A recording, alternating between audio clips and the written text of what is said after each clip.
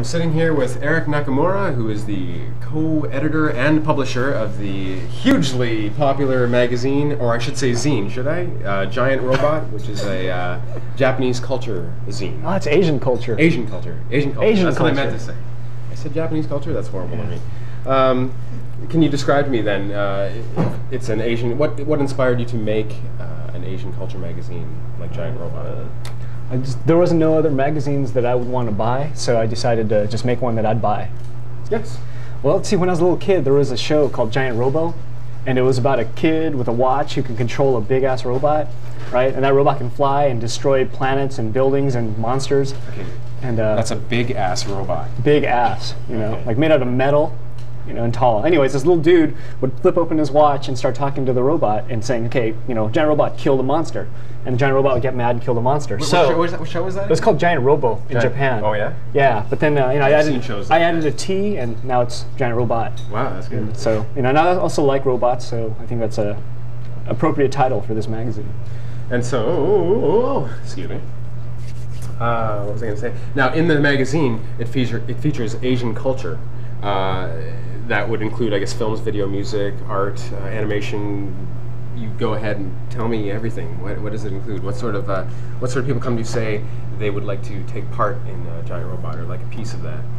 Well, I mean, the magazine's got all kinds of crazy stuff in it. You know, whatever we want and whatever we're interested at the time. So, like, if we're traveling, let's say, we could write about our travels. I might even write about you. You know. Well. Take a dedicate a whole 1/16 of a page to me or something. Yeah, postage stamp size. And no, we just basically look for whatever we feel is interesting, you know, and that what we want to learn about. Because Giant Robot's about us learning too, you know. Like, right. I pick up a lot of information just from writing articles and researching that. Yeah, we shove it all in there and make an article out of it. Sometimes out of something that no one even cares about. And Giant Robot's been out for how long? 3 years? 3 years. 3 years. Yeah. And how has it changed from, let's say, the first issue to now? Has there been a significant change? Well, I know there's one that's you know, really recent, but start from the beginning. No, at the very beginning we were staple and fold. You know, like I barely knew how to use a computer, so I'd type articles on the computer, cut it with scissors, and paste it together, you know, on a piece of paper, and then we'd Xerox it and fold it all up, staple it. It was just so really handmade, and at the first run it was 240, and now we're up to like the 12,000 range. You ever want to go back to those days? I'm thinking about doing another one that's just staple and fold. Yeah, you know, just for fun. Because after we finish an issue, sometimes there's nothing to do for a little while, and that's when I get bored and I want to make another one. But now in its third year, I guess it has become fairly popular, has it not? I don't know. You tell me. Well, I mean, I heard in Canada you're changing now to the glossy edition. Oh, I know. Right. It's shiny. It's shiny now, but, which is a fairly big change.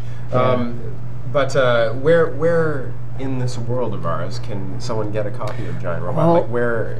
It's in the States. It's in Canada. It's in States, Canada, Japan, Europe. It's all over the place, but it's heaviest probably in the States and maybe some in Canada too. Right. Yeah, but you know, it goes to like big stores, big chain bookstores, big chain music stores, mom and pop stores, liquor stores. No, not many liquor stores, but it gets around. But that's coming.